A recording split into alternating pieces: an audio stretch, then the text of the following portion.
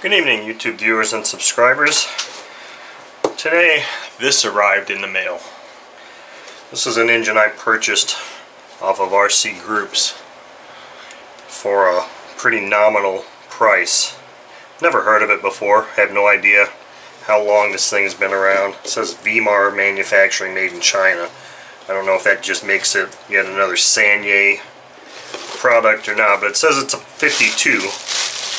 Now I bought this engine as is, and as is means as is as in no exhaust and no high-speed needle.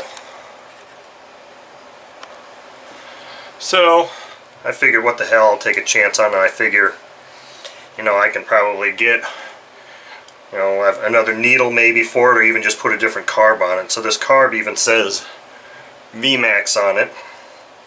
So what I want to do with this engine is, first, let's see if it turns over. It looks to be an ABC style engine, and it's got quite good compression. It has been run. It's not a new engine, but I'm going to place an order from Hobby King here very shortly. So what I'm thinking about doing is just getting maybe the carb for a ASP 52 and putting on this thing.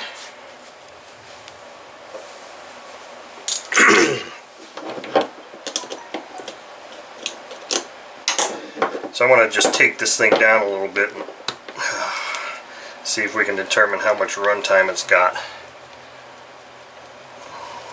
Wow.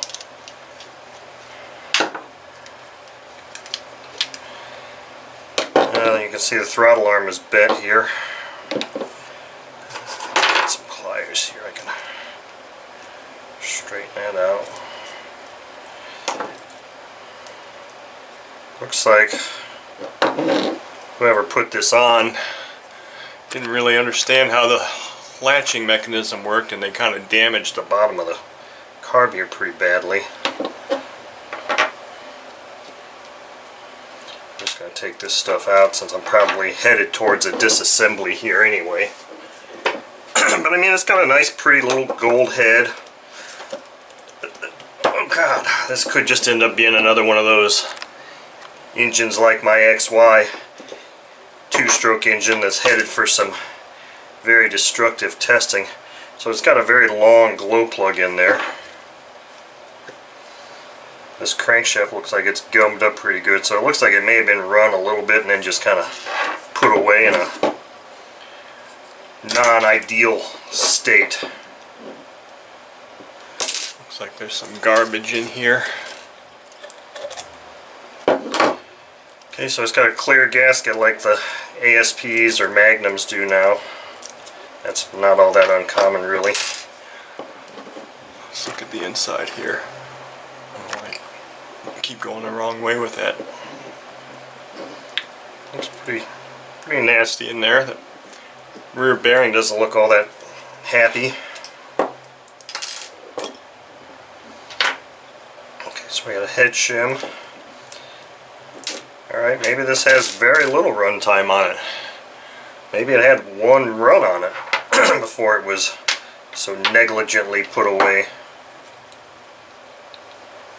I don't suppose there's any chance in hell that that sleeve is just going to want to just come up without some heat. Let's try it and see. Nope, I'm going to have to go heat this guy up. Looks pretty gross. I don't know if this thing is going to clean up too good or not, but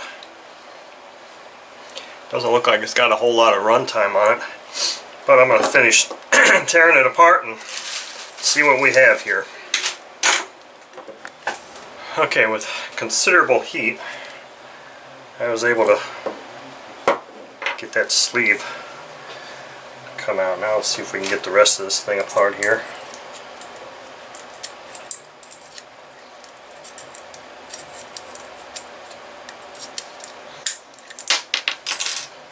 There we go. There's our piston, which is still rather warm. So Next is see if I can tap this crankshaft out. I'll go see if I can coax this crankshaft out here, and maybe we'll be able to actually finish disassembling this engine. Okay, so that wasn't too tough. Slight tap. We got all that out. So now the next step for this thing is this bearing is stuck on here. I gotta get that off. Next step for this will be go inside the parts cleaner, get all prettied up, and see if I've got some bearings to reassemble this thing with. Okay, so these parts all just took a quick, I don't know, 8-minute romp through the ultrasonic cleaner with some LA's Totally Awesome and hot water. They came out looking cleaner. I mean, here the head looks a little bit better. It never looked really bad to begin with, but what I'm noticing on this engine is that it just looks like it's really poor quality metal. I'm not sure how this thing was stored, but it's got a lot of mottling, which obviously is never gonna look good again. It just looks nasty, and that's usually evidence of being stored outside. But I mean, even look at the top of this. I mean, I may take a little bit of 2000 grit emery paper and clean that up a little bit. I don't really know that it's worth it or not. It's nasty. But even if you look inside, I don't know if I'm going to be able to get inside. Use inside the casting, looks like crap. I mean, this is just kind of a garbage engine in my opinion. This piston looks weird. Those of you familiar with my XY engine might remember that the piston on that had like a mirror finish. I mean, it was like a mirror. You could practically see yourself in it. This is a really dull looking, strange thing. The connecting rod is really discolored, so I have no idea how this engine was stored. Obviously I'm going to lube it all up. Hell, actually the carb turned out looking nicer than the rest of the engine. Here's the crankshaft. The crankshaft is interesting on this engine. Let me move this away so you can see a little bit better. It just seems like it's really huge here, then it dwindles way down to a really minuscule size crank, which to me just looks like there's a huge weak spot right here. I mean, the way they've got that designed, it looks like that thing is just designed to shear and break. Like I said, I'm glad I didn't pay much money for this engine because it really looks like a piece of crap. I'm going to oil it all up, put it together. Here's something I'm also going to do that I don't usually ever do, but I'm going to, is these bearings that came out of this engine. I also threw those in the LA's Totally Awesome cleaner, and then I just oiled them. They don't feel too bad, but I'm going to put these right back in here, just like this. I don't even care. I'm just going to put these things in there because as far as I'm concerned, I'm going to run this engine, see if I can't get it tuned once I get a high-speed needle or just use a different carb. Run this engine and then just try to kill it. I'm going to treat it just like I did my XY engine and then just run the living crap out of it. One thing I was taking a quick glance through this manual. I thought it was kind of interesting. It talks about, let me zoom out a hair here. I want to read something here I thought was cute. There's things you should do and then things you should not do. Pay attention to the things you should not do in this section of the operator's manual of important. Okay, so anyway, one of the things you should not do, I love this, when you are breaking in or setting up your engine, try to avoid the sideline pilot who seldom actually flies successfully but is always quick with the free opinions. Avoid the tag teams of 2 to 5 hotshots who congregate around you while you're trying to adjust your engine, all suggesting this or that at the same time, so that you end up adjusting everything 16 ways at once. This type of help is really deadly. Instead, get help and advice from a local fellow who comes to the field, starts his engine, flies, and goes home with his model in one piece, without spending all day tinkering with his engine or wandering around in the bush looking for it.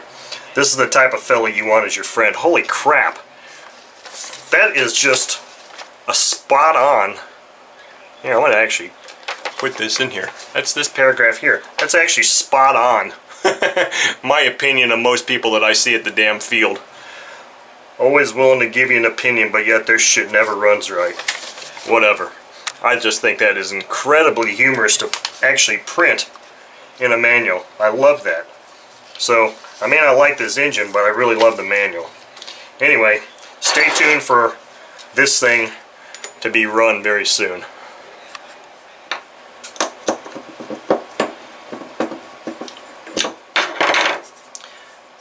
Okay, so here's this engine. I just finished reassembling it after cleaning it real quick. I had an exhaust from a TS, a Tiger Shark engine that I purchased just the exhaust for. And who knows, this actually could be a Tiger Shark or made in the Tiger Shark factory. I don't know. They made a 46 size engine, I think. So I've got those original bearings back installed in here like I said I was going to do. I put a carb from my ASP 46 on here, so this engine is ready for a test run. We'll see how she does. If I can get it tuned up and running pretty decent, then I will probably run a whole bunch of different fuels in it, run a whole bunch of different props on it, and see if I can't destroy the thing.